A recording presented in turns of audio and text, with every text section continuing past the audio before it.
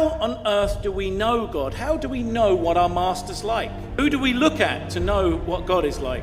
The answer's always Jesus, isn't it? Philip, didn't he say, Lord, show me the Father?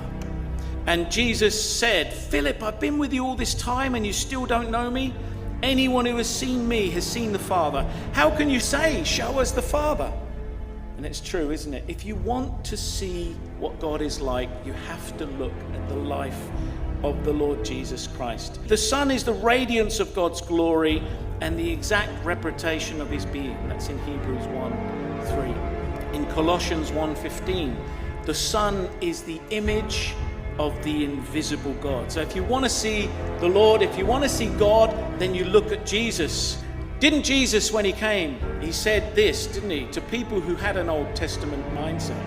You've heard it was said, but I say unto you. Do you know, you've heard it was said, you shall not murder. Of course, that's not a good thing to do, is it? But he then said, well, even if you're angry with your brother, you've committed murder in your heart. You see the difference? You've heard it said, an eye for an eye and a tooth for a tooth. It's in the Old Testament. If somebody knocked my tooth out on purpose, then it would be right for us to knock his tooth out to get repayment for that. But Jesus said, no, that's not the way. That's not the Christian way. In fact, do not resist an evil person. If anybody slaps you on the right cheek, you turn to him the other one, or the other way around.